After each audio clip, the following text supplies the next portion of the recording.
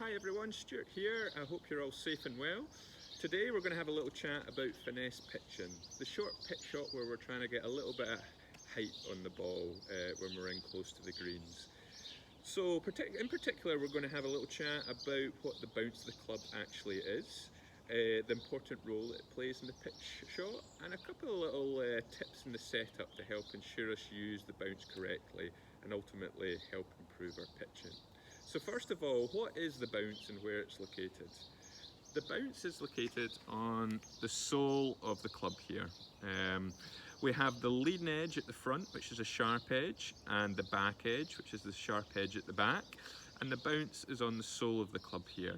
And how much bounce that we have is, this club tells me, it's got 9 degrees of bounce. And what that means is we have 9 degrees of curvature from the leading edge to the back edge.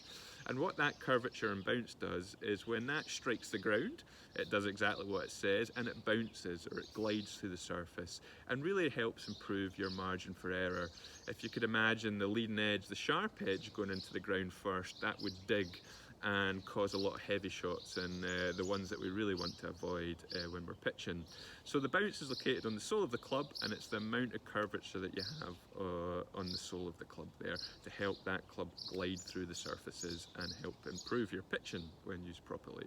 So let's have a little look to see how we can do that. But first of all, a couple of the common faults that I see when the bounce is not getting used. So when I was younger, and like so many people I see, I was taught to get the ball a little bit back in my stance and have a little bit of shaft lean where my shaft is leaning towards the target. Now, from that position, it can cause an awful lot of problems because putting the ball back in the stance will increase your angle of attack, it will steepen it, so the club's coming down a little bit steeper into the ball.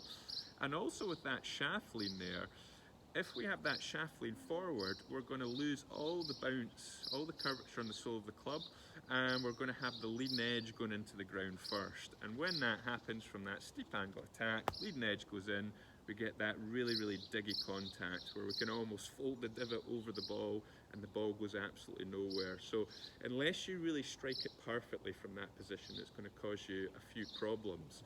So here's a few simple tips to help the bounce, the sole of the club, strike the ground and allow it to glide through the surface and really help increase your margin for error. So in order to achieve that, we are going to get the ball position away from the back of the stance, and we're going to move it forward, either to the center of the shaft or even slightly left of center. That's really going to help shallow out that angle of attack and keep that club nice and low to the ground on the way back and the way through, which will help increase your chances of a good strike. It's also, what you'll notice from this position is I don't have any shaft lean on the club now, it's almost straight up. What that's going to do is it's going to really enable me to allow that sole of the club to strike the ground as opposed to the leading edge. With that shallow angle attack and all the bounce on the club, I'm going to get that nice, forgiving contact with the ground where I really can get away with an awful lot. And to prove that point, what I'm going to do is hit 2 shots here. One where we put it back in the stance and have a bit of forward lean. Now, like I said before, if you strike this perfectly, you'll be okay. But if you strike it just away from the golf ball, I'm going to strike the ground only half a centimetre behind the ball from this position. What we're going to see, oh my goodness, is that really steep, diggy contact with the ground. I almost got that divot going over the ball and the ball's going absolutely nowhere.